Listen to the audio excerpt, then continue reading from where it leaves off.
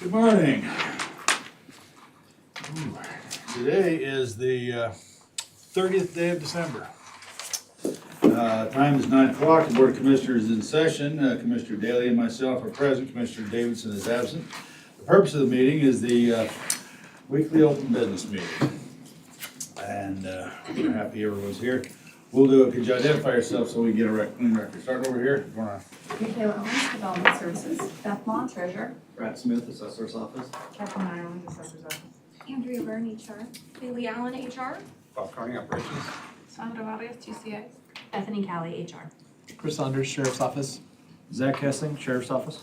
Doug Miller, Gem Developers. Carlos Denales, just a neighbor. Tucker Johnson, Skyline Development. Tracy Smith, Prosecutor's Office. Jan Bennett, Ada County Prosecutor.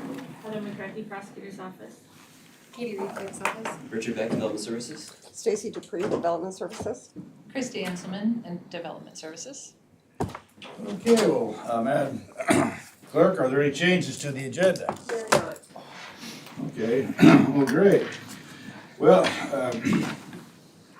I want to make a few comments to start the meeting off, and that is, this is our last open business meeting of the year. It seems as though it's a popular meeting. We've got a room full of people here, and I think it's the closure of what I consider to be a fantastic year. We've had a really good year this year, and I think part of that is because of our attitude is we can disagree without being disagreeable. And I think that's a great way to be, and I think we've made a lot of progress on a lot of issues. As you'll see, we do have a few issues up that has been a little contentious, but we're going to get through them, and I think it's going to be great. So, Commissioner Daly, you want to say something?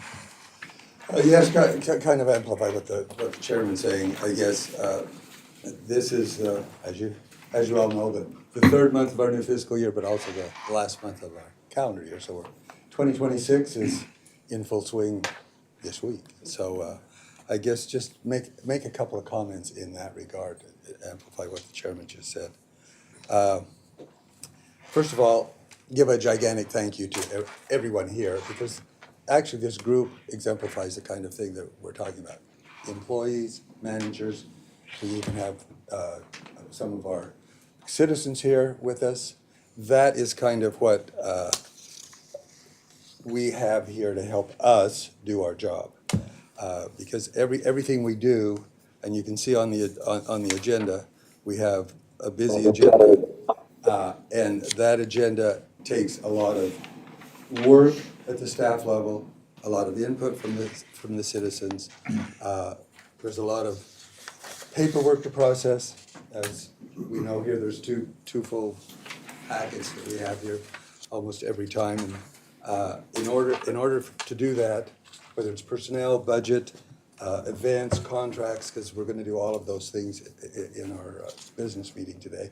And this is in one sense a very normal business meeting. All those agenda items are what we do every single week. And it requires a lot of time and effort of a lot of people and coordination. And so I would like to thank everybody for that. Everybody, including our citizens who help us do our job. Because we couldn't do it without all of your help.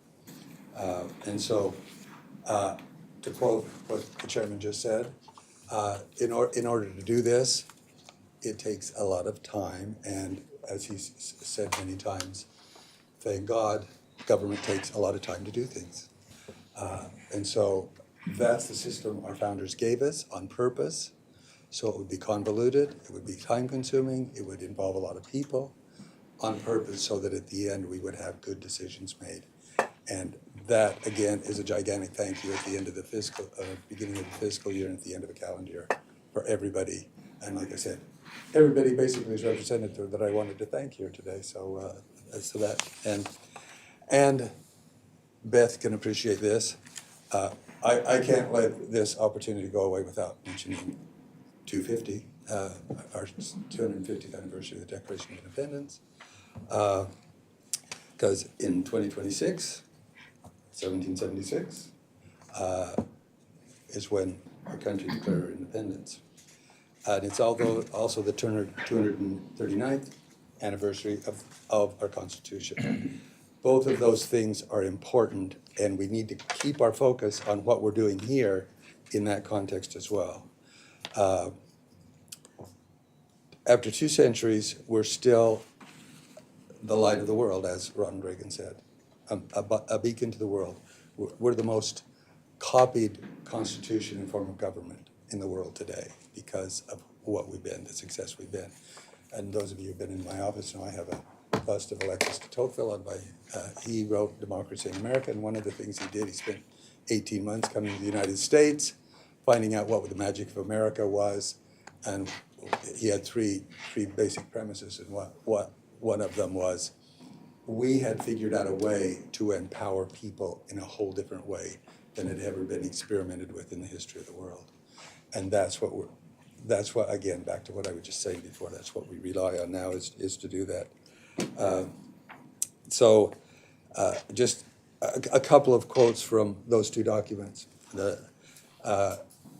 One of the things we accused the king of being, King George, we said he's neglecting to attend to our citizens. That was one of the 28 complaints we had against him. So that's what we're trying to do here as well, is attend to the concern for our citizens. And Madison, in the 51st Federalist paper, when he was describing the Constitution before it was ratified, trying to get the states to ratify it, he said, we need to make sure that we adhere to the structure, the Constitution, not just be rulers. And that's what we're trying to do here as well. So again, thank you, the citizens of Ada County, employees of Ada County, all of the elected officials, because there are many of those, some of them are here in the meeting with us today, for, first of all, being patient with us as we do our deliberations. And when we ask questions, to remind everybody, when we ask questions or take time here in this meeting, it's not because we're impugning motives or anything like that. We're doing our due diligence, our part of that plan of checks and balances, so that we do our due diligence in making sure good public policy is done in the end. And so thank you all for helping us do that. And thank you, Mr. Chairman, for indulging me. You're adults. Yeah, we want to welcome Commissioner Davidson. He's fresh off the beaches of Hawaii. Had a good Christmas, I suppose. All right, do we have any changes to the agenda? Do not. No changes, all right. Well, we'll take up some unfinished business, but I'll first have to ask for a motion to remove the unfinished business from the table. I move to remove the unfinished business from the table for consideration. Second. Okay, you've heard the motion. Any further discussion? All in favor, say aye. Aye? Aye. All right, first item on our agenda is application 2025-01857-0A CPA Ada County Development Services. This is actually the 6th of 6 area of impacts that we've done this year, because the law was changed a couple of years ago, and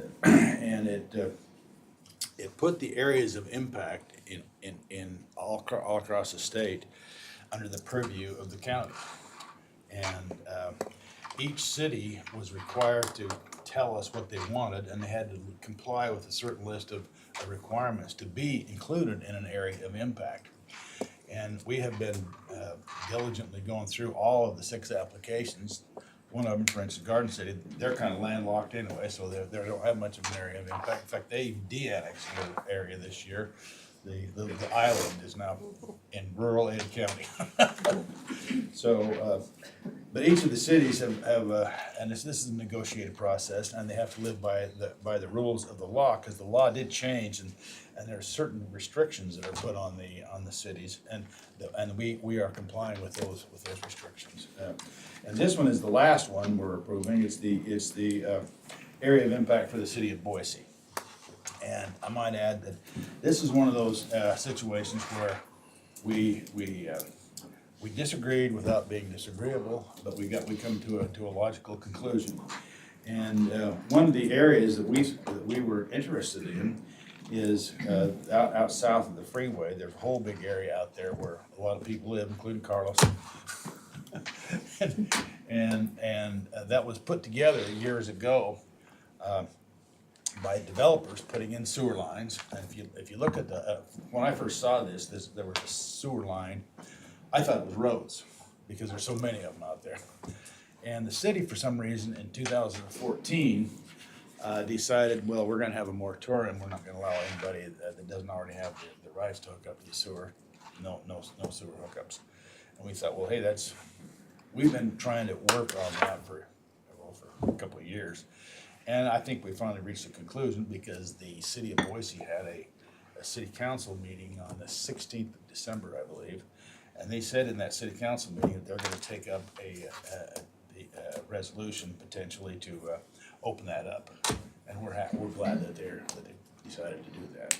And so we have that issue in one of our findings, and I'm glad that we do, because part of the new requirements of the law, in order to have an area of impact, a city has to provide city services within 5 years, or it's not following the law. Well, sewer is already out there. The sewer lines and everything is already out there, so it's not gonna require anything of the city, just to allow people to hook up to it.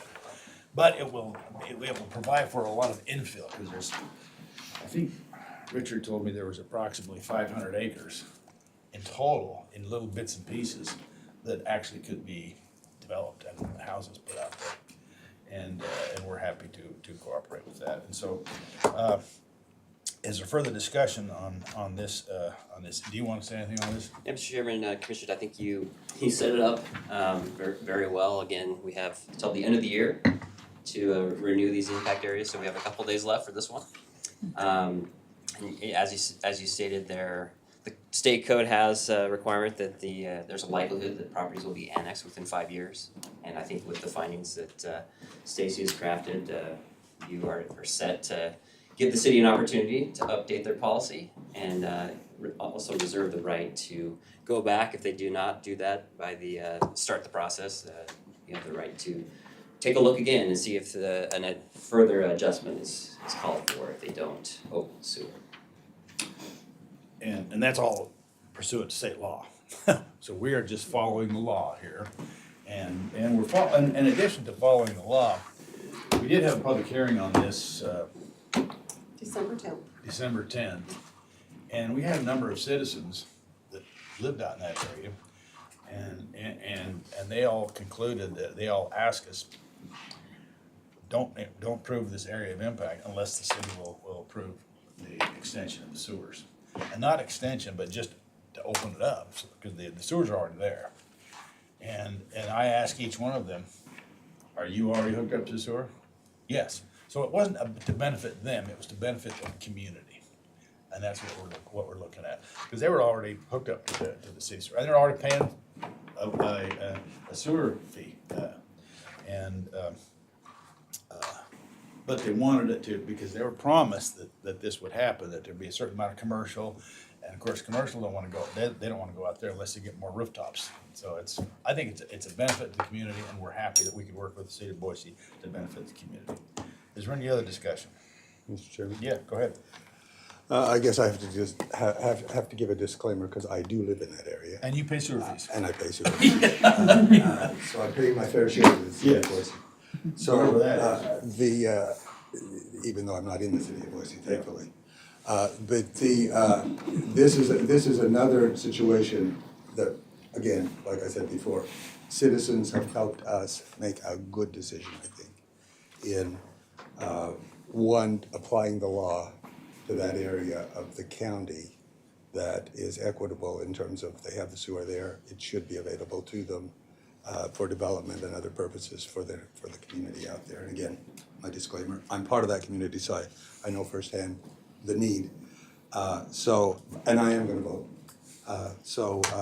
With that in mind, we did, I think, under the law, put in this resolution that we're gonna pass sufficient information that we will have the ability to come back under the law if the city doesn't do what they're apparently inclined to do at this point, and that's lift the moratorium. So I think we've threaded the needle there.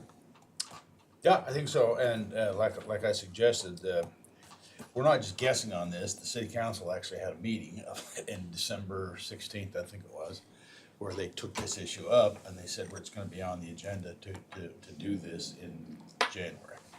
And we're hopeful that gets this done. We're hopeful for the citizens of the community, because it's gonna benefit everyone. It's gonna benefit the citizens of the community, it's gonna benefit the county, and we are confident that the city of Boise will follow through on what they said they'd do on the 16th of December.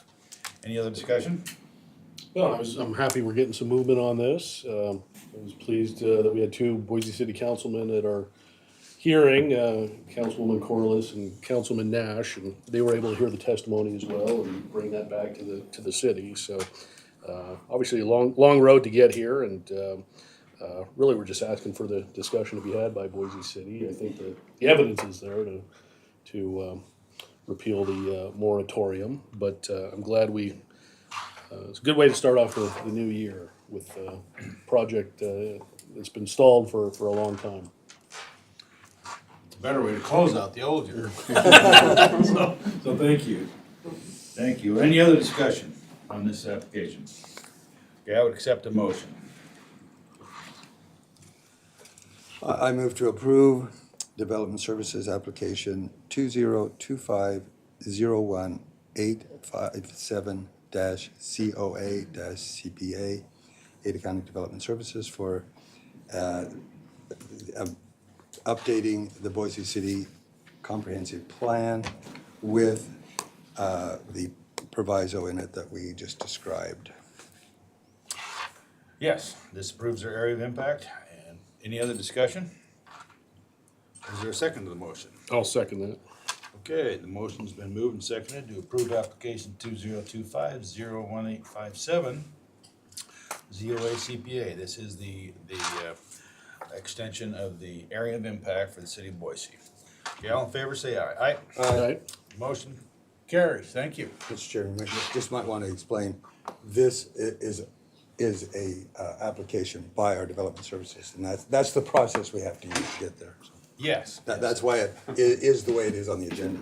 That's right, it's a development services application, and as all of the other five were, and this is just how we do it. But each city actually presented to the development services the area that they thought complied with the law, and we tweaked it a little bit to make sure it did. And I think we've done that here. In fact, we were working on this till late last night. Thank you, Stacy. No problem. Yeah. Okay, we'll move on. Thank you. Thank you. Our next application is, we'll take up application 20250-1571 CUMSPV Desiree. This is a conditional use and master site plan for a centralized power facility. Is there any further discussion on this, or would you like to open it up? Kind of have him describe it. I have some comments, but Go ahead. describing it first would be a good idea. Yeah, absolutely, Mr. Chairman, Commissioners, this was again another planning zoning application you took up at your December 10th public hearing. It's a 150 megawatt solar farm, if you will, on over, I think it was 1,300 acres out in the proximity of the prisons south of town. You primarily, after considering some testimony and evidence that was presented, tabled to allow Michaela to add additional conditions, primarily focused on the decommissioning plan, making sure that there was a financial component to that plan that mirrors what the state of Idaho has applied to their properties out there that this facility is also going to be located on, as well as a condition related to the fire protection plan that addressed having water available on site for any emergencies, as well as annexation into fire districts and then compliance with setbacks. Kayla's gone through the meeting and the recording, has added those conditions, and we're pleased to present a revised findings of fact that includes those conditions as requested for your consideration. Yes, I might add that the majority of the property in this application is on state land, owned by Quite a bit. I think it's the private land. What is this? It's a little over 2,000 acres, correct? The total.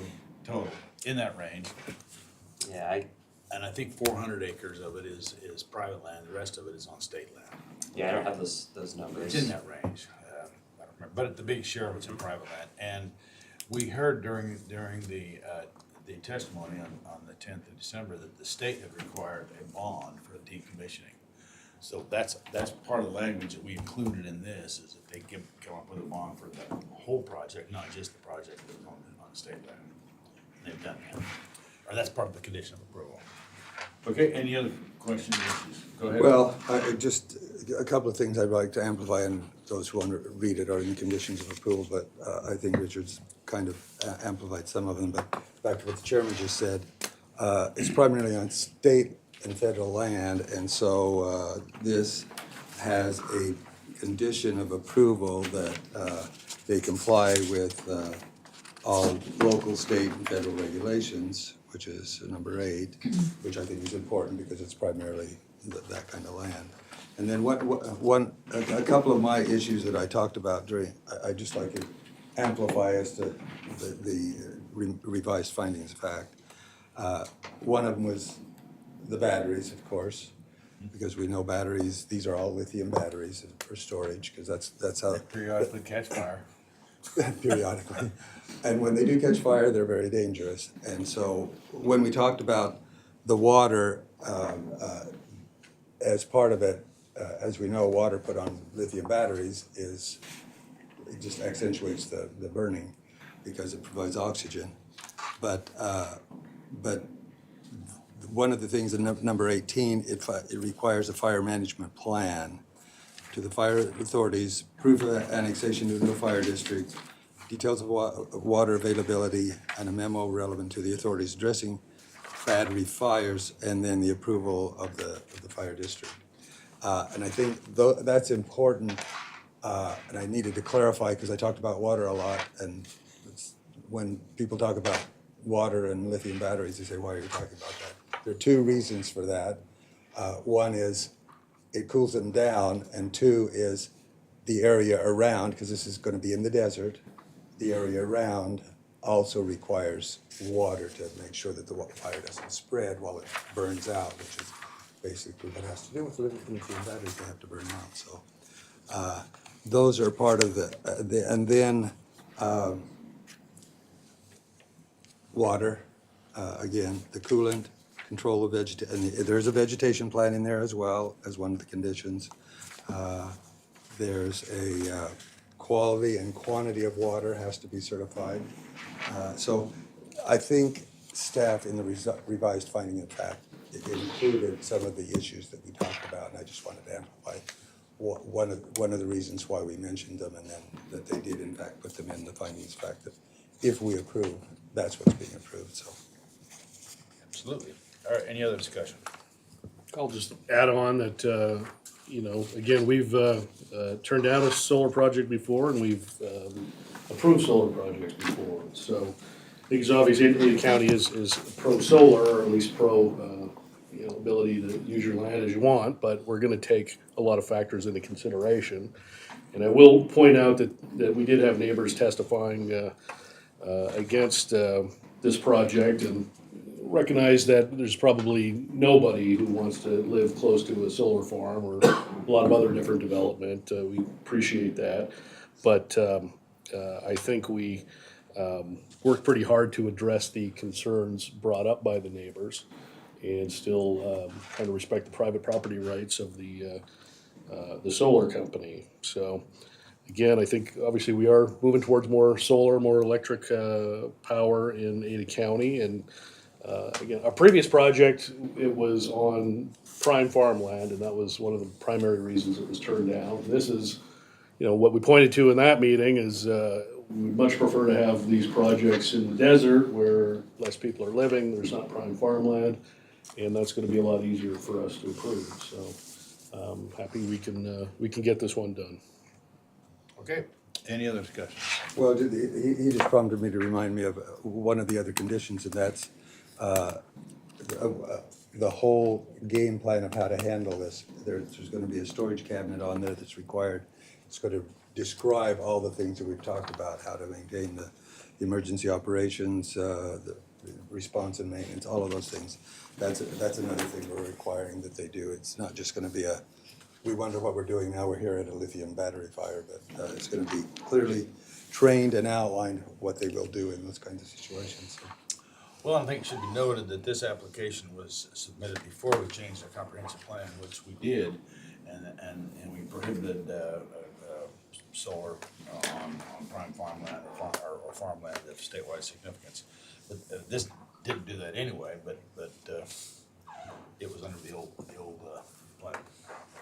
so thank you to the staff for helping put that in the conditions of approval that we're going to be discussing, or that we are discussing right now. Yep.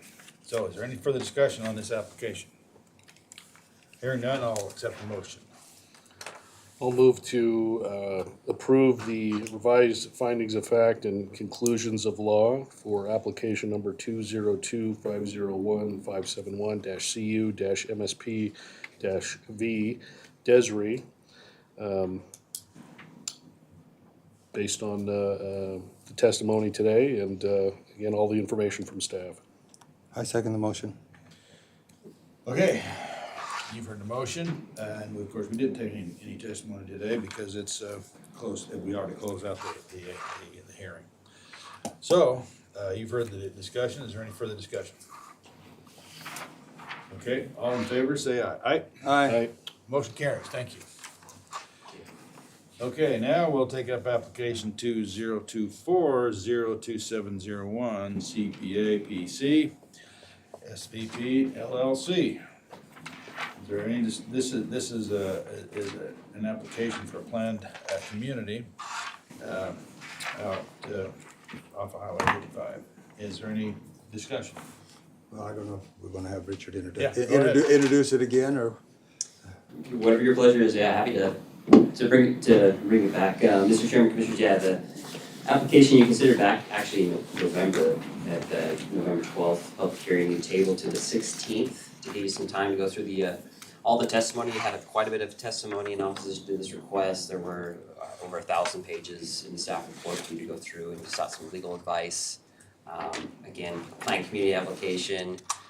The bulk of it was around the Shadow Valley Golf Course. There was a piece up in the foothills as well, so a disjointed planned community. At the December 16th open business meeting, you voted to deny the application. You directed staff to prepare revised findings to support the denial, and we're happy to present those to you for your consideration this morning.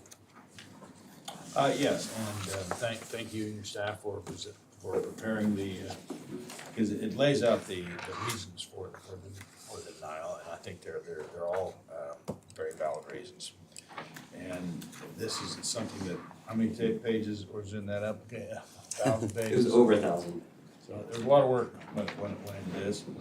And not that we're opposed to planned communities, we're in favor of planned communities, but this one just simply didn't fit the requirements that we have. Any other discussion? Well, just kind of to amplify some of the finding of fact and conclusions, a lot of that are in the documents that people can refer to. And again, back to one of my primary things is water. One of the things that we talked about and was found is that the source and quality and quantity of groundwater was not determined as we stated, was unanswered at this time. And then the minimum goal for density, the planned community development will undermine the safety of the roadway, and this was based on county code. And then, again, to amplify what you just said, we had a lot of testimony, or what Richard said. We had a lot of testimony of the neighbors expressing concerns, and the board finds that the nearby residents testified concerning the effect of the proposed development would have on their wells for the water. So I think based on the facts that we gathered, and again, the Planning and Zoning Commission helped us in this regard as well when they gathered their information that we reviewed. Back to the 1,000 pages that Richard was talking about, that was part of what we reviewed when we're having to make a decision on today, so based on those facts. Okay, any other discussion? Sure, I'll just follow up on that, and you reminded me, yes, of the P and Z committee did vote against this project, right, Richard? That's correct. Yeah, and I definitely don't like voting against projects, and I hate having developers go through, you know, just all the hassles of getting something before us just to be turned down. But we did, I think, at least for me, I took a lot of time to listen to the opposition from the neighborhood, which was pretty universal, that this was not a good fit for that neighborhood. And the basic, you know, gist of the testimony is that those people moved out there, bought land to have certain lot sizes and a certain way of life, which is gonna be transformed by allowing this new project in there. And so it was not really fair to the existing landowners who bought their property under, you know, existing Ada County zoning ordinances, and to kind of take that away from them to allow, you know, a lot of density out there.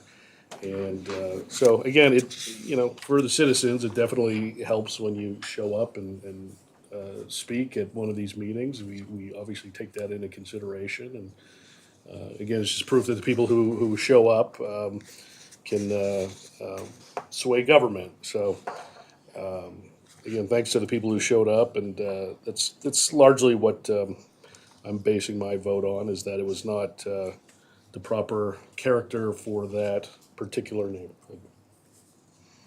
Okay, any other discussion? All accept? Just an amplification of what Mr. Davidson just said, like what is empowering people. Even though we have a planning and zoning ordinance, which is in essence a limitation of private property, we do that with the consent of the people and with the understanding that we're trying to balance those two things, the private property, both the impacted as well as the on both sides of the equation. So that's what this allows us to do, and helpful in getting all the information we have to do that. So All right, well, I'll accept the motion. I move to approve or deny application 2002-02-CPA-PC-SVP-LLC for a planned comprehensive community at Shadow Valley Planned Community. Okay, is there a second to the motion? I'll second that. Okay, you've heard the motion. Based on the findings of fact and conclusions of law, the question is, shall we deny the application? Is there any other discussion? Mr. Chair, Yes. I would say our vote today certainly does not preclude the owner of the property or the developer from submitting a new plan that would be, you know, more consistent with our discussion today and the overall character of the neighborhood, and certainly hope that they do come up with some kind of a new plan and are able to do something out there, but we will deal with that when that comes up. Okay. All right. Well, you've heard the motion. Is there, if there's no further discussion, I'll call for the question. All in favor, say aye. Aye? Aye. Right? Motion carries. Thank you. Thank you. Thank you. Thank you. Thank you for all our staff who helped us on all this. These are some pretty big things that we're doing. Thank you. Thanks. Thank you. Thank you. Okay, getting into some new business. I'll open a public hearing on resolution number 3159, a resolution adjusting the Ada County budget to reflect the receipt of unscheduled revenue to the Ada County prosecuting attorney's budget. Any discussion on this? Nobody has any discussion, okay. Do you want us to pass it? Yes, please. It's our HIDA grant Yeah. for the high intensity drug trafficking revenue. Mr. Chairman? Yes, go ahead. I think this amplifies what we're gonna be talking about later in terms of the interaction we have with our elected officials and our staff to help us maximize the utility of whether it's a grant or whether it's just utilizing the money that we budgeted or finding ways that we can be creative on using the money that we've already budgeted. This is another example of that we're just doing things that will benefit the citizens of Ada County, the taxpayers of Ada County, so. That's right. All right, any other discussion before I close the public hearing? Hearing none, I'll close the public hearing on resolution number 3159 and call for a motion. I'll move to approve resolution number 3159 is listed on the agenda. I second the motion. Okay, any further discussion? Hearing none, all in favor, say aye. Aye. Motion carries. Thank you. I'll now open the public hearing on ordinance number 1010, an ordinance repealing Ada County Code Title 5, Chapter 10, and Title 5, Chapter 15. This is something that the government should do more often, and that is repeal things in our ordinances. And so that's what we're doing. We're repealing two ordinances, and we try to go through these ordinances periodically, and this is one of those times where there was a couple of superfluous ordinances that didn't have any impact on our citizens, and were not even applicable anymore, so we decided we'd just go ahead and repeal those. Any further discussion? Again, an application. When I was chairman of the Jude and Rules Committee, we did this routinely at the legislature. Interestingly enough, one year we found a law that was a territorial law that had to do with governing how we conduct duels in Idaho. And we thought that was kind of archaic, and so we repealed it. So that's the kind of thing. Yeah, there are laws that need to be repealed periodically, and these are a couple of them. I don't know when the last duel occurred in Idaho, but now there's not a process to it. No, and this was in March, so I cautioned everybody, if they wanted to do a duel, they had to do it for July 1st. Because it wasn't an emergency clause. So that's all we're doing here, just routinely going through our All right, ordinances. and is saying- there any further discussion on ordinance 1010? Yeah, Mr. Chair.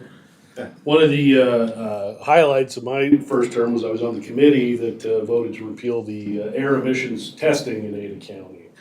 And I had always really doubted the efficacy of that program, but again, that's the one where you get the little notice in the mail and you have to take your car in to the little red shack and get it tested. And a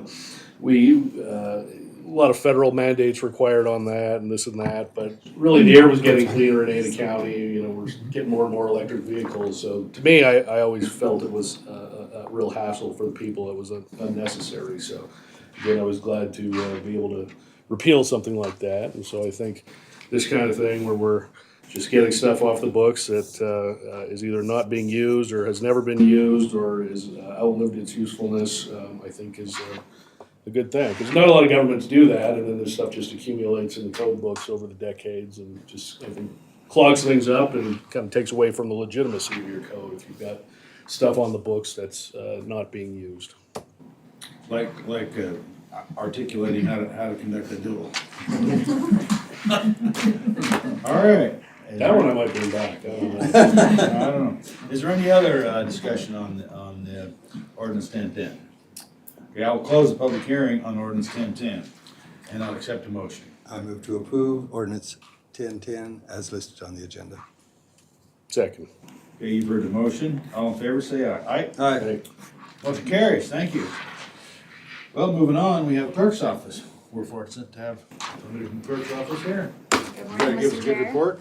Yes, like you, we are reflecting on a very successful 2025 in the clerk's office, and I just want to thank everyone on my team. I work with a bunch of awesome individuals who really care about the work that they do and care about serving the community and serving each other, and I feel very blessed to be a part of that. So we're looking forward to 2026. We're going to kick that off next week with the elections conference here in town, hosted by IACRC. And the Secretary of State's office, so we're looking forward to that. And then before you know it, we'll be talking about budget again. So we're just getting right into it. But That's what happens every year, isn't it? it never ends. But Yeah. appreciate the board's support of our office and working with other elected officials and department heads as well. So we have a great group here. Yeah, well, thank you. Well, thanks. Well, and again, that's what we get into in January. We'll sort of kick off the budget process, and we're gonna have an interesting year, by the way. On that. It's always interesting, but it's gonna be a little tighter this year, I believe, because of the economy is changing a little bit, and we some of all the federal funds that rain down on us is drying up. So well, anyway, anything else? Nope. Well, we have catering permit. I'll accept a motion on the catering permit.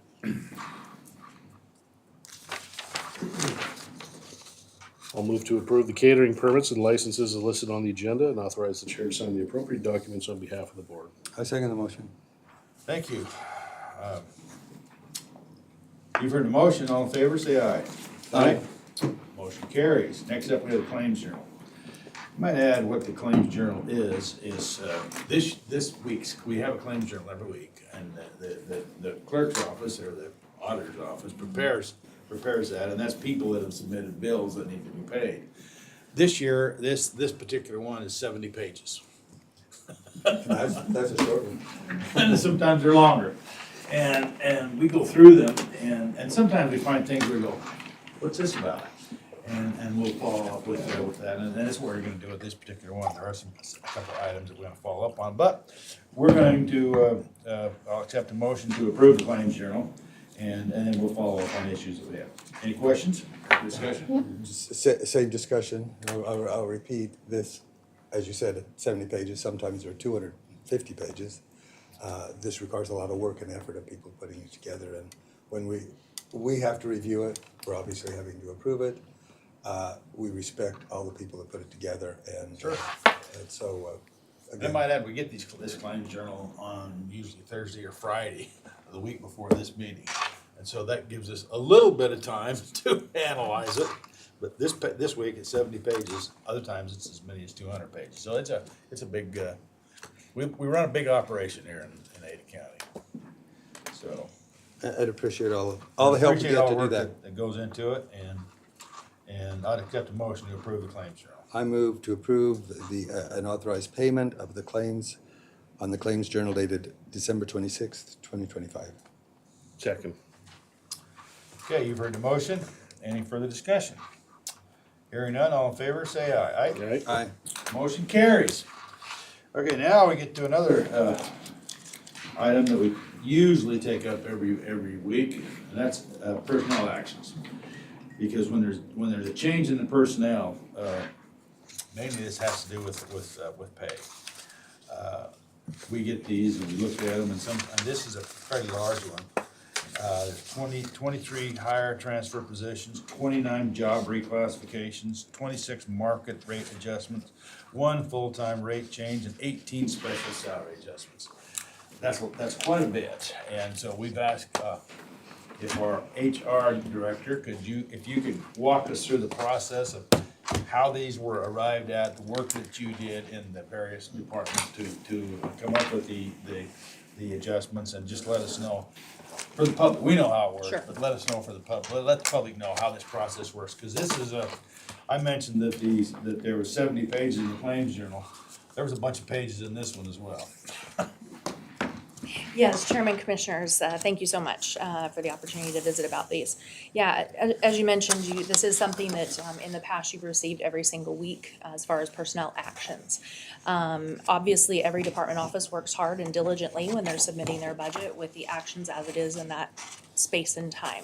However, we don't work in a static world, so guess what happens?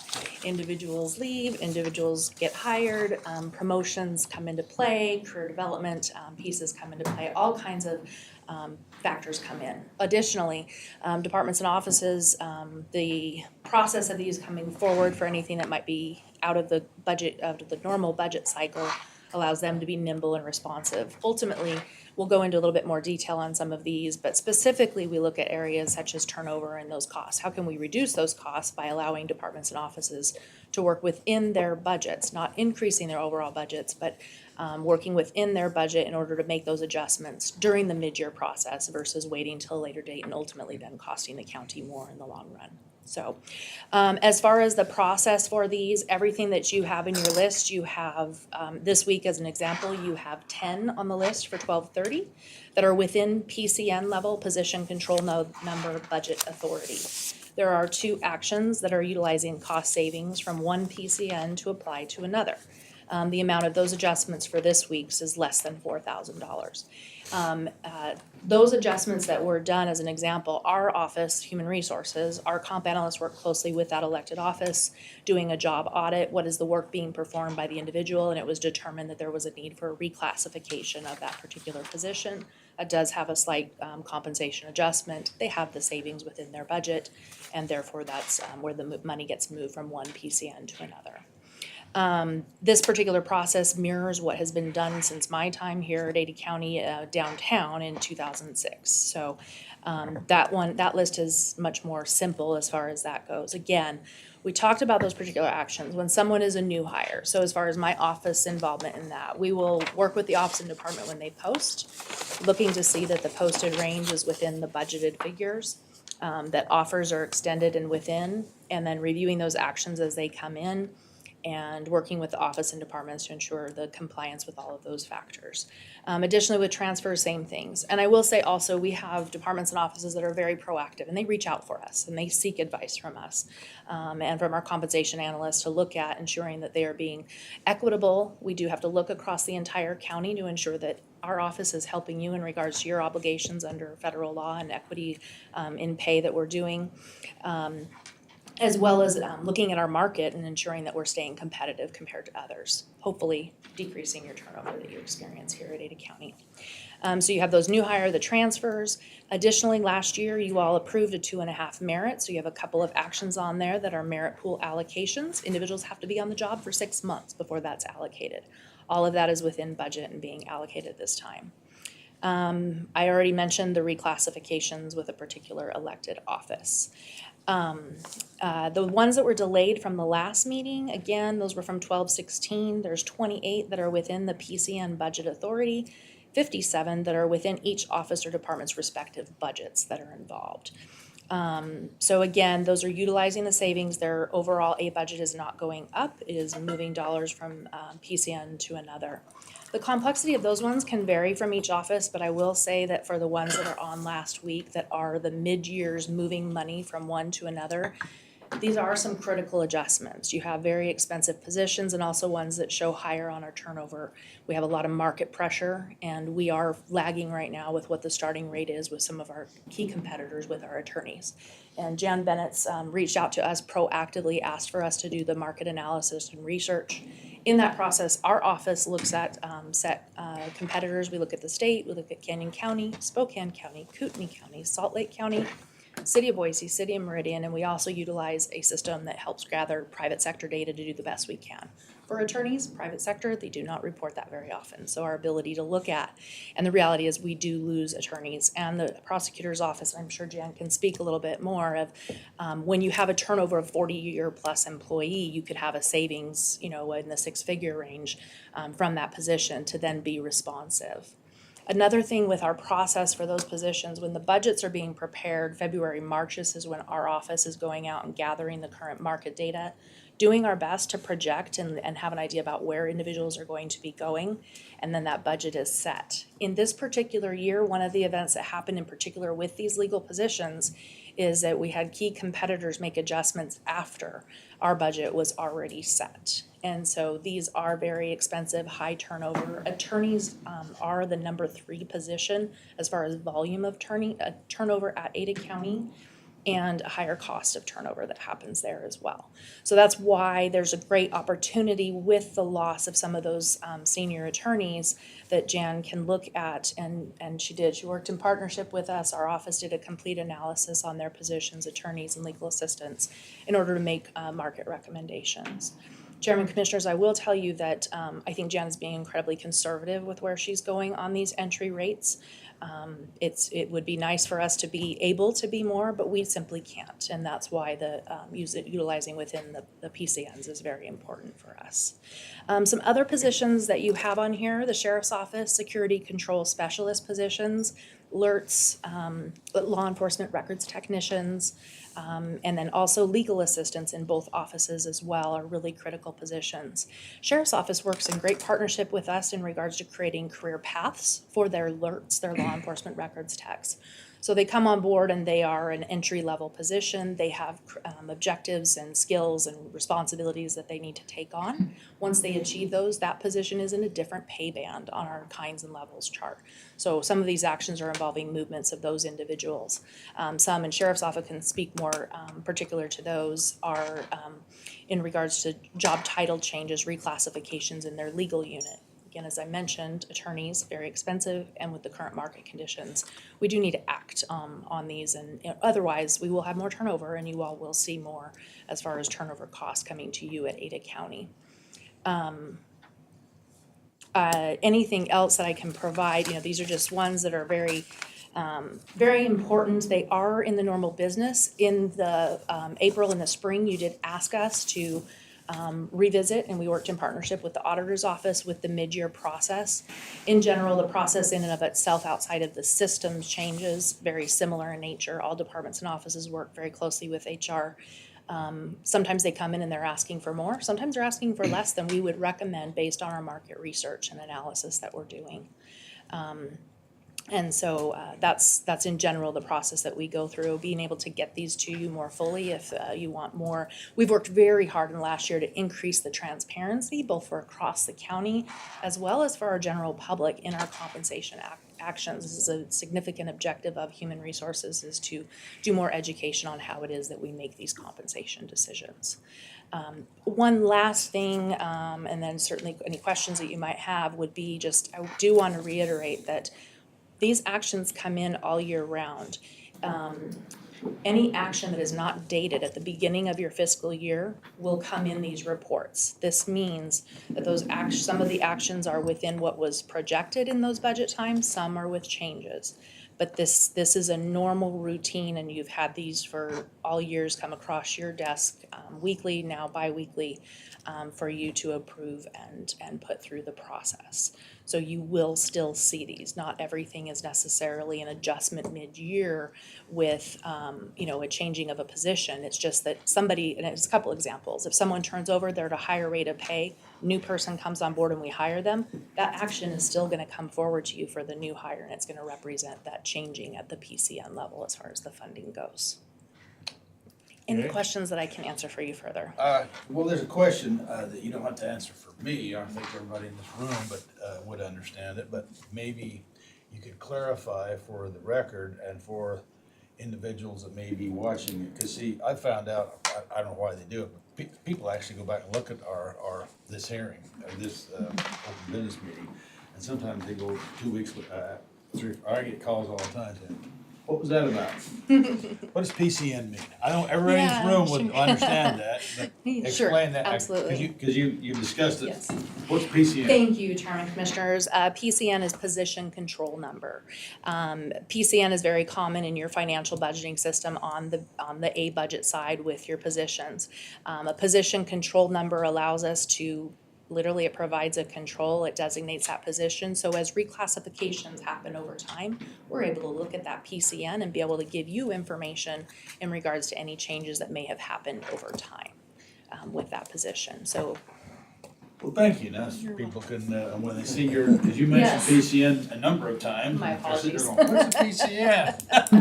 But now now that Yes, it's, thank you. I'm sure most everybody in this room knew what that acronym was for, but now everybody does. Thank you. You're welcome, thank you. All right, any other questions or? Mr. Chairman, just, I guess, to thank Bethany and everybody here, because I'm going to be asking some more questions as well as we go Sure. through this, but thank you for your patience with me in particular in questions that I ask, and because especially in dealing with this particular item, it's a very delicate, because we have to have transparency, but we also have to have privacy of individuals. And so that's the delicate balance that we have to have here when we do it, when we discuss it.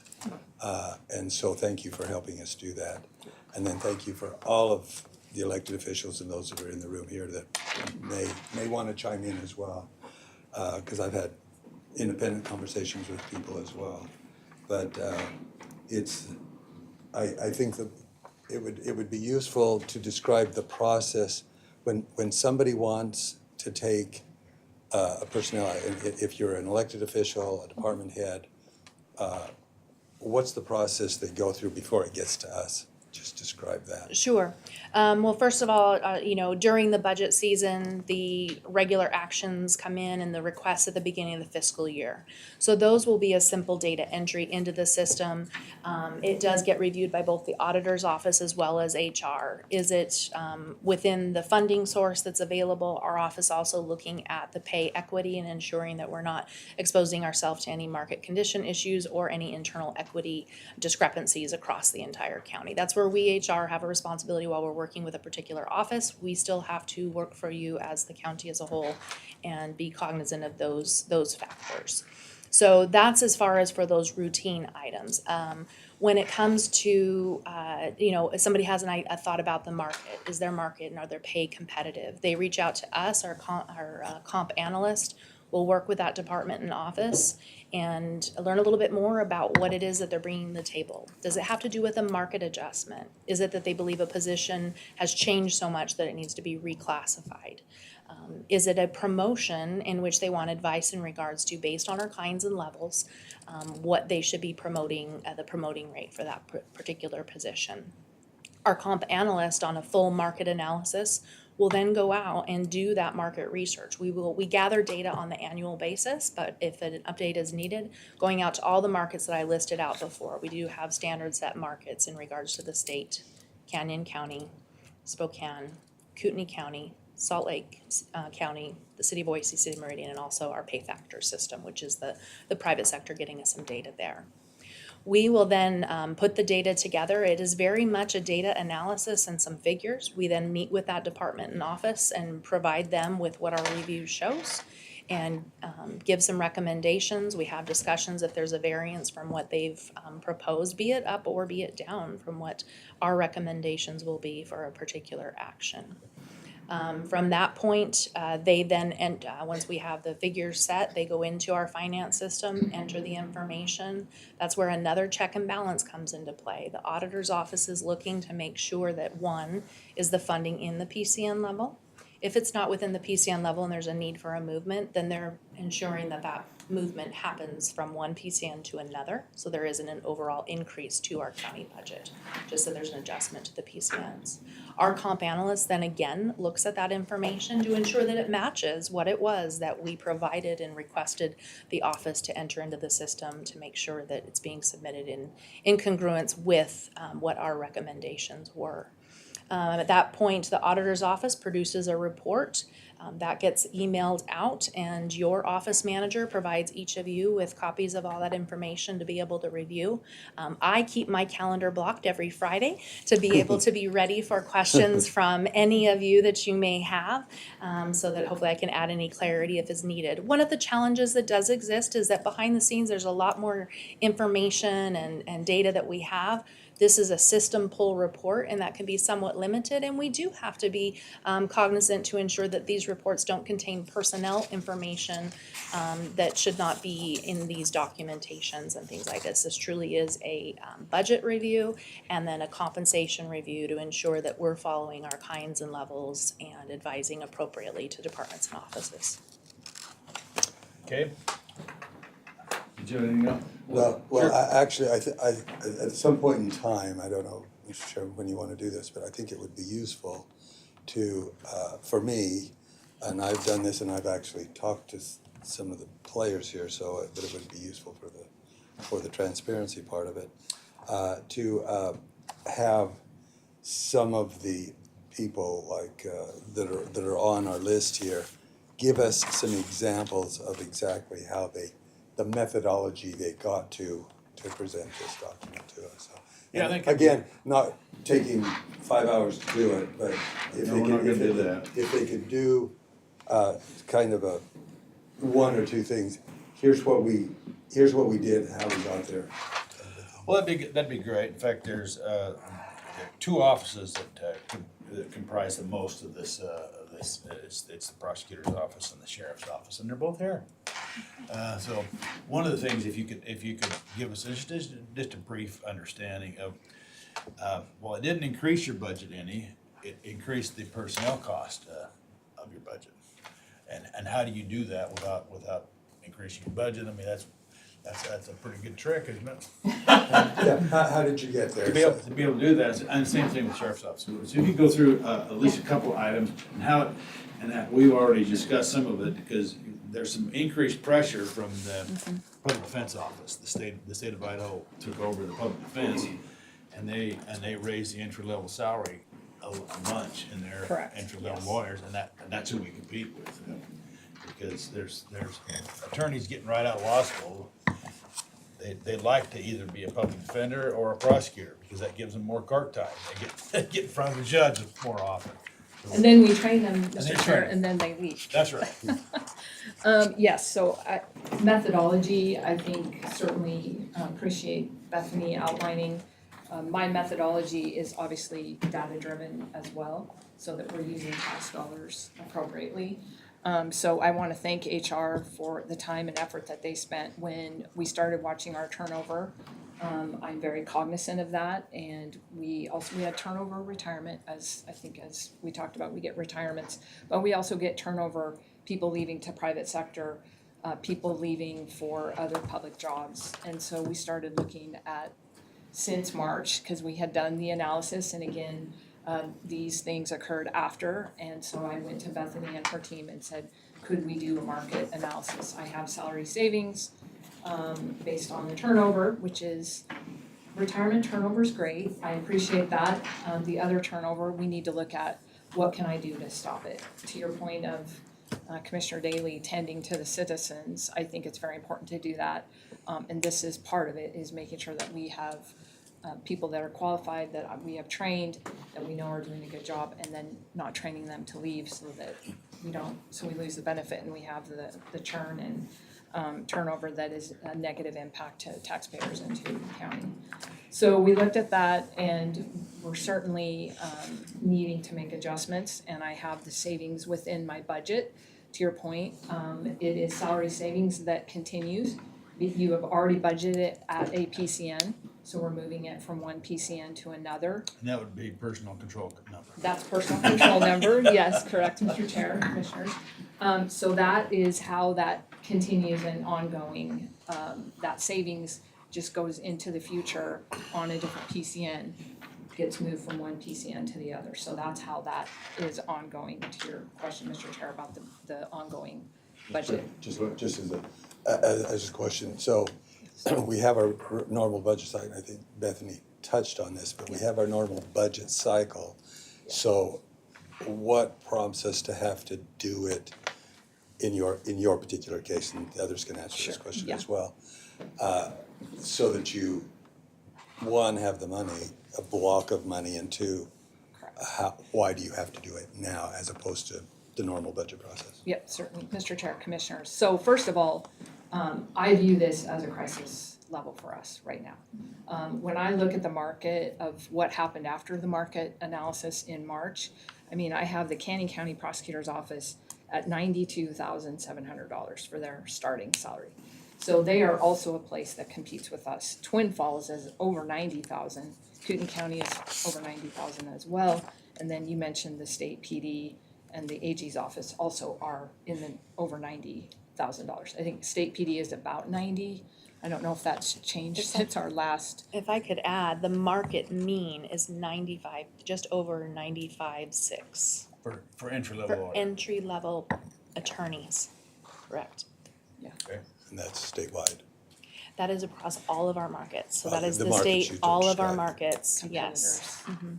And it is hard, I agree with Bethany about finding private sector, but we are losing people to the private sector to make more money. And in fact, in the last 15 days, I just got a notice of a new attorney who's leaving to the private sector, who we trained and we're working with. And so again, that's a cost to us, it's a cost to our staff.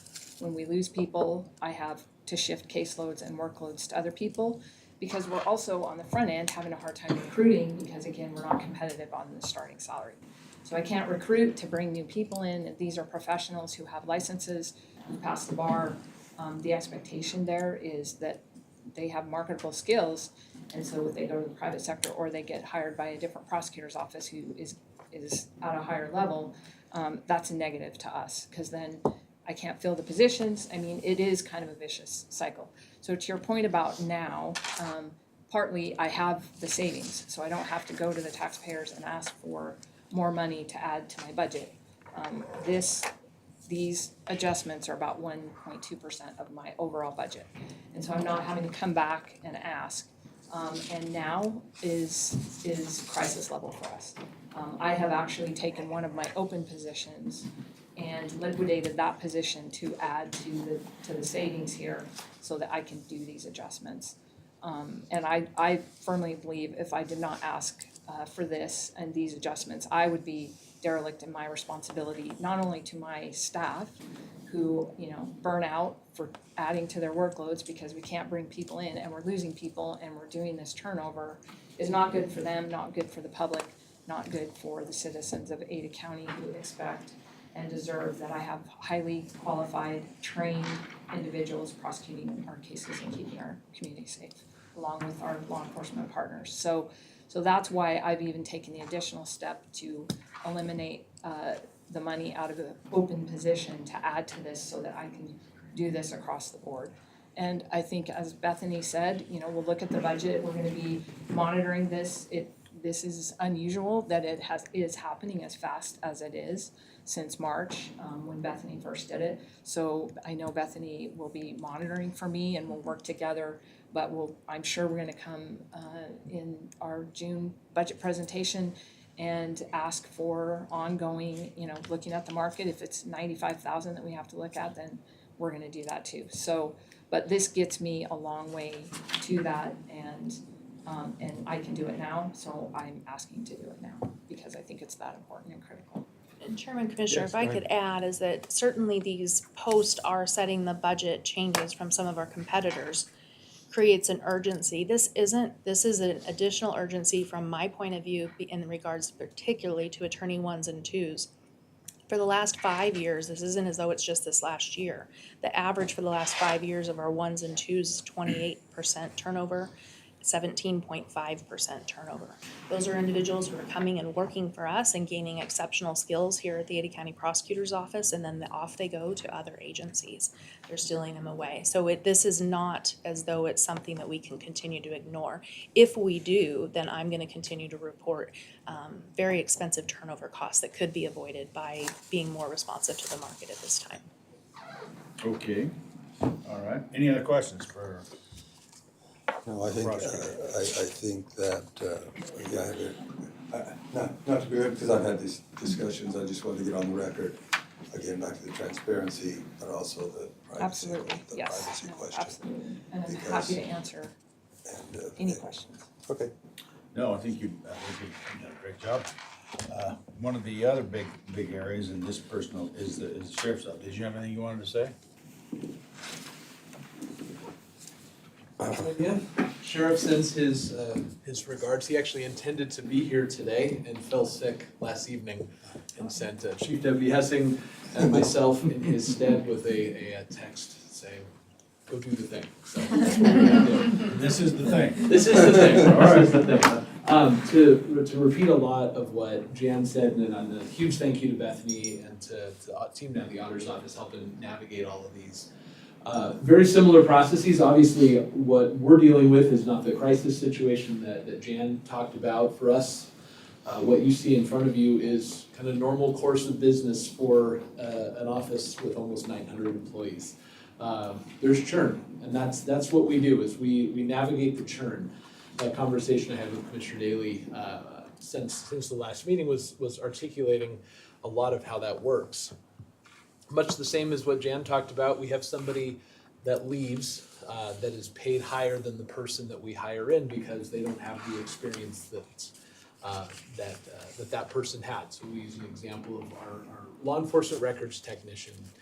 We have somebody who leaves, and that might be a leave to go become a jail deputy, to transfer, promote within our office and take on a new position. That person is leaving a salary in the neighborhood of about $23 an hour. But when I hire somebody new to take that spot, they're going to be at a level 1, more at the $19.50 range. That creates a savings of about between $3.50 and $4. That money And the collection of that money across our entire office is what we use to make these moves as we churn. You hear that word a lot, as our employees churn. Luckily for us, a lot of our churn is just people going into other areas. We have 300 and something different position opportunities within our office. So there's lots of abilities for people to come and start in one place and end up doing something else. I'm a prime example of that. Being able to move within the agency and advance your career. Because we have so much of that churn, it creates those salary savings across multiple PCNs that when these moves happen, we pool that money together with the help of our two partners and move it around to meet the business needs that we have today. Again, to articulate something that Jen talked about, when these numbers were pulled in March, 7 months later, when the fiscal year starts, I can guarantee you 100% that our office will look different than it did in March come October. And now we're in December, it looks even more different than it did in October. We do our best to plan for those. Obviously, half of our agency in rough numbers is on a pay plan. And so we can project those very easily because those are time of service dependent. So we know exactly when somebody's gonna step. And so we budget for those with the auditor's office down to the penny. And so those are a different process because we know those are coming. The things we bring to you on this are almost entirely comprised of competency. I don't know when somebody's gonna reach their competencies to necessitate the move up to the next level. We hope it's quick, sometimes it's not.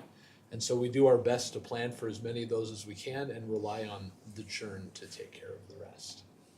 Well, speaking of churn, we try and attend your graduation ceremonies when you graduate somebody from your academy. Absolutely, and we become appreciate that. when they become a sworn officer. And Mr. Daly and I, we've attended the last two of your. We try to attend as many as we can, but it's always it's comforting to see as many young people that want to get into the law enforcement and because you can't you as you call it, you do get some churn. You get people that retire and you get people that move on to other positions, if you will. But there's always a string of people that want to get into law enforcement, and I think those pinning ceremonies are kind of gratifying. I think. Yeah, they're good. Well, we appreciate that. Just keep letting us know when you have your next Yeah, and we your next graduation. appreciate your representation and supporting them. What's really neat to see in those ceremonies, and the next time we're at one together, I'll make sure to point it out to you, how many of those people are new hires versus how many of those are existing employees that are moving into a new position, because there's always a balance of both. Yeah, which is great. It's obvious because you mentioned that. This person's going from here to here within the department, but they were not a sworn deputy before or different positions. So anyway, it's go ahead and That prompts another question in terms of, because sometimes, and I've asked this question, so this is for transparency kind of thing, but when you have a situation where it appears that they jump from 1 to 3 in the classification, how does that happen when they jump over a 2? We could probably both answer, Mr. Chair, Probably the Mr. same. Daly, yes, Same probably the answer, same. It depends again on competency, I think, and also when we have turnover, we are having to move people into higher responsibility positions. And so it can happen, typically it's a 1, 2, 3, but there are times when we have to promote people, do more training and get them ready for that position, and so that can happen. Yep. And I'll add a third thing that we have discovered with the process is we can either move PCNs, shift people into a different position control number, or we can move money into PCNs. So when we shift a PCN, the incumbent that you might see was a 1, but the person that we're moving into it, because there's money in that position, is a 3. It's gonna look like it's going from a 1 to a 3. But the person that's moving to the 3 is a 2, just in a different PCN. And so we have one of two options. I think I don't know if there's a better way to articulate how that works. And Chairman Commissioner, I would like to emphasize that it is incredibly rare. I think what you see on that report is exactly what Chris just described. because of the way the reports pull, and we can work with Chris to give you some more information in the notes area, but it is a situation where it could be somebody who was here for a very long time, and the promotion is now happening where someone's eligible to go, that position's vacant, so it appears that way. It is, in my time, I am not certain I've ever seen anyone do a jump over a level. In general, with our career pathings, it is 1, 2, and 3. Those might show as though that's what's happening on your report, but it has to do with the funding source, exactly as Chris described. Okay. Well, thank you. Is there any other questions from the commission? Well, I don't know if the budget side, if we need to have some kind of an explanation of how they review the budget side of it as well. Because all of this has to fit in terms of our budget process as well. And that's a key component part that we have to thread that needle as well in terms of the budget side. And so your office helps us do that, so good. That's correct, Mr. Chair, Commissioner Daly. Yes. As Bethany described, we will look to see whether or not the funds exist in the PCN currently, or whether we have to look to other PCNs to help fund the request. But overall, we make sure that it does not go over the entire personnel budget overall, so. And those are all back to what I said at the very beginning. That's the help that we have, and it takes us, thank you for giving us the time to do that, especially when it's 75 component parts, that we can do that. And we have tried to create a more robust system so that we'd have information, one, timely, and two, pertinent to address issues as they come up. So that's personally my request on my behalf. If we need to, because we have a new process, if we need to develop a more robust process, like giving us more time or whatever, help us do that as well, so we don't have what we had last week in terms of. Mr. Chair, if I may, I should go have ahead. added as well that if the funding is not available, as they're describing here, whether it's in that PCN or in the budget overall, those requests won't come before you. And that's something that would have to be discussed at budget time. So everything that you see on these reports will ensure that they do have the funding available to complete the request. And that's good for the public to know as well, that we, because there's been some talk in cities and other things that when they create money out of thin air, appeared. Sure. That's what I wanted to make sure, our process doesn't allow that to happen. Chairman, Commissioners, I would thank you, Katie, for that point, and that is one thing also. Everything that you ever get on this report has been thoroughly fleshed through HR. If there is something that our data, our recommendation is different, you would have us coming up to in front of you and working with that department and office. Fortunately, over the years, every single department and office, the ability to come to a resolution on those and not have those situations, we just simply don't have that anymore. And I think that that's very, very much because of the professionalism of the process that's put in place. Additionally, part of HR's review is, while we aren't necessarily the budget individuals, I do want to make it clear that it doesn't mean that every single office department is utilizing every single penny when there's a savings. They are all very prudent in, sometimes it's an emergent, urgent type of a situation, but also on career pathing, it's not like you just stop and then go look at those. They're developing their career paths and doing things. So it isn't as though it's every single penny that's being utilized on that. I think that's important, that these offices are working very diligently in regards to how they're treating their employees and career pathing and or market requests.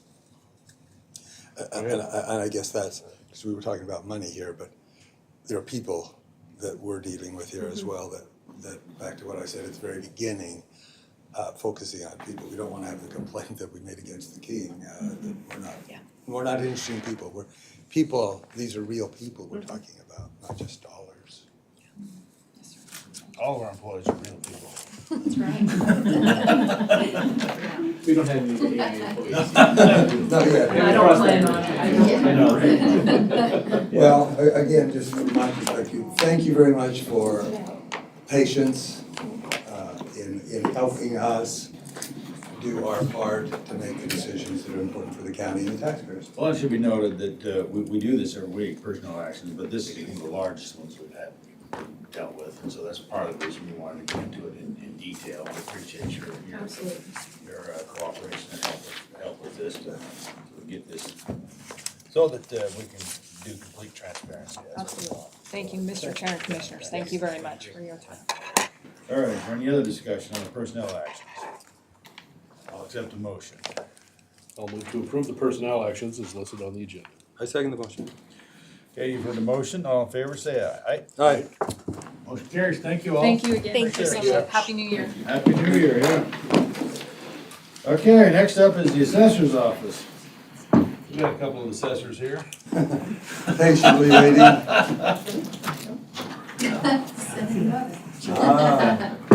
Likes to change up the plan. Okay, Good morning. well, welcome. Thank you very much, Yes. Mr. Chairman, Commissioners.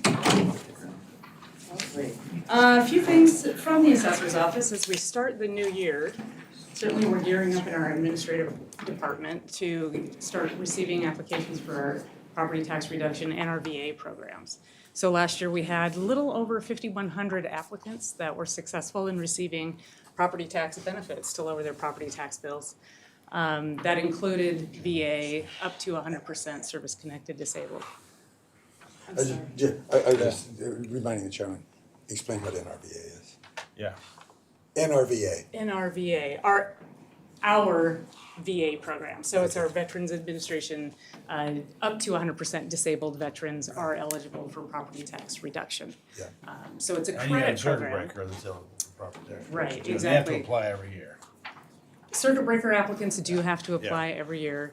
The 100% VA service-connected disabled veterans do not have to apply every year. Right. So that was a recent legislative change that has been very accommodating to those folks, for sure.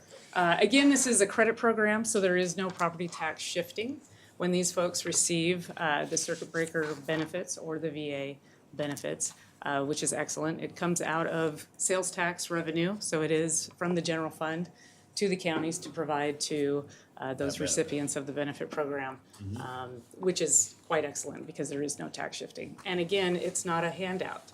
These benefits that are provided to these property owners to reduce their property taxes, of course, they paid into the system. They paid sales tax. And so this benefit program is paid for out of sales tax. So another sad fact associated with our circuit breaker program and our VA program, if you look at census data, it suggests that we're missing about 50% of folks that may be legally eligible for this program. And so we do quite a lot of promotion of the program, including through our Percy representatives in their monthly handouts and newsletters, hoping that they could share this information with their loved ones and neighbors that might qualify as well. So just to get that word out, we are accepting applications up until April 15th. And so anyone who thinks that they may be eligible, please do apply here at the assessor's office or online with the State Tax Commission. I think that's really very, very important. And we will be sending out applications for those who were successful last year in receiving this benefit program so that they'll have that application, that reminder, and make sure that they get that application in by April 15th. Okay, go ahead. That's why I asked that question, because I wanted you to explain to anybody listening, or even if the media's listening, that they Yes. can actually make the public aware. And you gave the statistic, I didn't know what it was, but 50% don't participate. And it's basically because they don't know about it. They may not know. Or if they know about it, how to avail themselves of it, so. Our folks in admin, those very hardworking employees that we have, they actually do go out to 4 different locations within the county to help folks fill out the application and collect their data that's required for the application process and do those visits to ensure that they're getting all the assistance that they need in getting those applications in on time. Thank you for the 100% disabled. And circuit breaker. And circuit breaker, of course, is income restricted program for anyone who is elderly or disabled. Yeah, it's income and age restricted, isn't it? And That's disabled, right, yeah. that's right. Although there are some folks that receive circuit breaker that are orphaned children, the blind, other folks that have certain disabilities also qualify as well. So we want to make sure that they're getting that information. And that's good for the public to know that there are any, and that's part of the 50% who don't participate because they don't even realize it's available to them. They may be struggling, but they don't realize that's an opportunity. Absolutely, and we want to get the word out as much as we can. All Certainly. right, any questions for the assessor's office while we have you here? Hearing none, I'll accept a motion on the tax cancellations, which I always want to add that these are not actually cancellations of the people's taxes, but it's a reduction. And so, the statutes call it tax cancellations, but they're still paying taxes. That's absolutely correct. All right, so I'll accept a motion. I'll move to approve the tax cancellations as identified on the agenda and authorize the chair to sign the documents on behalf of the board. I second the motion. Okay, you've heard the motion. All in favor, say aye. Aye? Aye. Aye. Now, we need to do we need to do one on the sub-roll Separately, we don't. separately? Or do we? I don't know. I don't believe we do. Apparently not. Okay, thank you. Great, Thank you then. Susan. Okay, we've got that done now. We got the treasurer's office up. We have a representative of the treasurer had to leave in a hurry. Mr. Chairman. She sent you up. Yep. Go ahead. So, yeah, I'm here on behalf of the Treasurer's Office. I just want to provide the Commissioners with an update. Sure. As you know, we've been very busy with the tax collection process. The due date is come and gone, and we've collected at this point about 95% of the first half amount that's due. We're still collecting it because mail still comes in. And the second half, a lot of people like to just go ahead and pay first and second half when they get the bill. And we've collected about 28% of that. Wow. Now, the taxing district, we're gonna do distribution for all the taxes we collected. We'll do that in January. And per Idaho law, we assess 2% late charge on all the properties who have not paid yet. However, as I had mentioned earlier, we're still getting mail in, and often we get mail from out of state. They may have sent that off on the 16th, and we're just getting it now. And so our staff looks very closely, very diligently at the postmark, and we indicate that on the check, the postmark date, and on the envelope. We keep good records of that. And if they mailed it prior to the due date, or on or before the due date with the postmark, then we remove any late charge or interest that they may incur. We're getting ready to mail delinquent notices. We like to get those out just as soon as most of the collection is done, because some people just simply missed their bill. They didn't get it delivered, they didn't update an address. And so we try to get those out, and mail that is returned to us, oftentimes there's a forwarding address, so we'll look at those and send them off to those individuals. The whole department, our whole office staff's been working very, very diligently through this collection period. We've kept up on everything. Our Cloverdale location, most people don't like paying taxes this time of year around Christmas time. But for some reason, the Cloverdale people come in, they're pretty happy. They enjoy talking with staff. They look forward to that each year. And so we're just continuing to wrap up the collection period and move on to the next, which will be the sub-rolls as well here pretty soon. I think that's it for our updates. Well, good. Well, thank you. Appreciate that. And we're glad that 95% of the people done what the law asked them to do. Thank you. And some of them just forgot. They'll catch up later. All right. Thank you.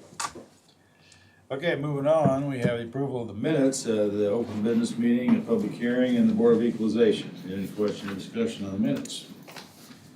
Hearing none, I'll accept a motion. I move to approve the minutes as listed on the agenda and authorize the chair to sign the documents on behalf of the board. Second. Okay, you've heard the motion. All in favor, say aye. Aye. Aye. Motion carries. Next up, we have some interim events at Expo Idaho. We have 5. Is there any question or discussion on any of the interim events? Hearing none, I'll accept a motion. I move to approve the agreements as identified on the agenda for Expo Idaho, Western Idaho Fair, and authorize the chair to sign the documents on behalf of the board. I second the motion. Okay, you've heard the motion. All in favor, say aye. Aye. Aye. Motion carries. Next up, we have Parks and Waterways. We have 2 events for the Barber Park Education Event Center. I'd accept a motion. I move to approve the Parks and Waterways events as listed on the agenda and authorize the chair to sign the documents on behalf of the board. Second. Okay, you've heard the motion. All in favor, say aye. Aye. Aye. Motion carries. Next, we have a number of agreements. You'll notice the lion's share of the agreements today are with other counties, and this is for our coroner, who does a lot of the pathology for a lot of the counties in this, in the state. And these are all pretty much the same agreements. Because we have, Yeah, the bulk of them are that. yeah, any questions or discussion on any of the agreements? Hearing none, I'll accept the motion. I'll move to approve the agreements as identified on the agenda and authorize the chair to sign the appropriate documents on behalf of the board. I second the motion. Okay, you've heard the motion, all in favor say aye. Aye. Next up, we have the weekly indigent items. Is there any questions or discussion on the weekly indigent items? Not, I'll accept the motion.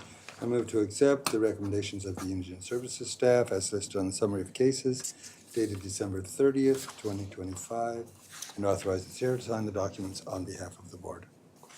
Second. Okay, you've heard the motion. All in favor of the motion, signify by saying aye. Aye. Aye. Motion carries. Well, welcome to our meeting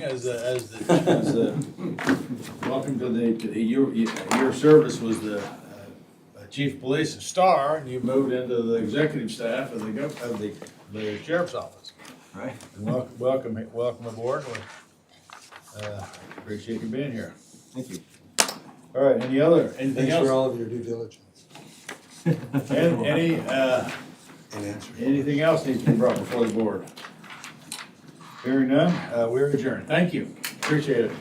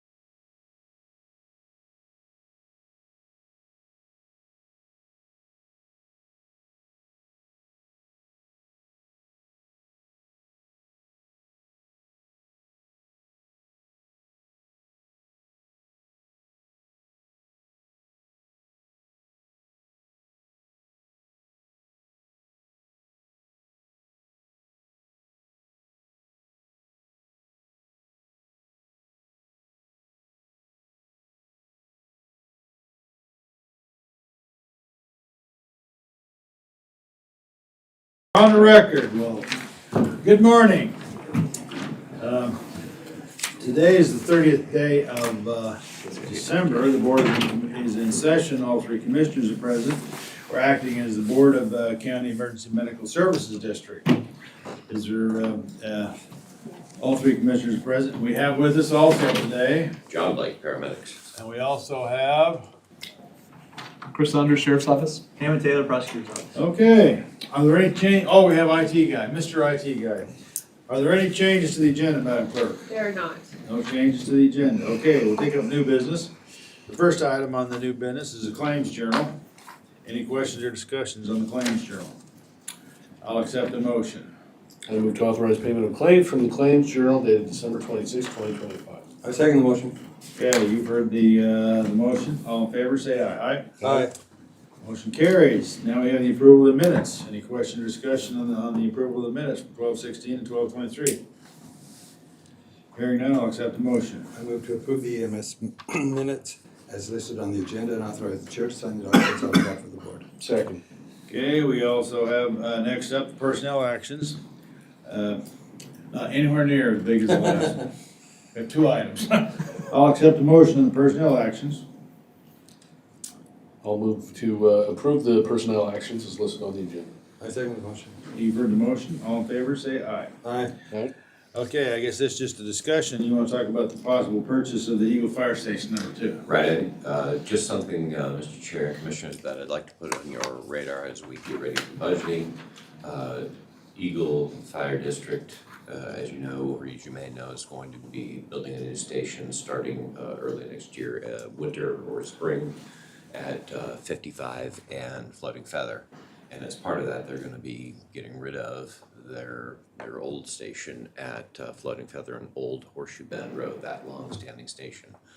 My understanding from speaking with Steve Rutherford and with Chief Rain before me that there had been some interest in a cooperative purchase, potentially a cooperative purchase between the county for the purpose of parks and for Ada County paramedics to share the space. It's quite a sizable lot. We would not necessarily give up the station that's at the urgent care at St. Luke's. We potentially would keep that in reserve for overflow units or for an ILS unit later. This potentially puts us in a better position to respond to Dry Creek and to Avamore. And so this is a on your radar discussion for a possible purchase in this coming year. Okay. All the particulars are something we can discuss at another time. All right, good. Okay, is there any other discussion on this issue? Well, you have enough recliners in the building? It is going. They're gonna take that with them. Just the building. So, yeah, that's right. I've never. It will come. It will come furnished. Okay. Best apartment we ever had. All right, I'm just joking. Okay. Any other discussion? Well, we'll take that up and I guess the flexibility issues. And I think for these purposes, you can consider that my update as well. Okay, that is your update? Yes, sir. Okay, so you don't have any more for us? How'd the holidays go? Did you have a busier session than you normally do for the holidays? I don't think so. No, the weather was mild and It's starting to get cold. that's right. Right. It's coming. It was below freezing this morning.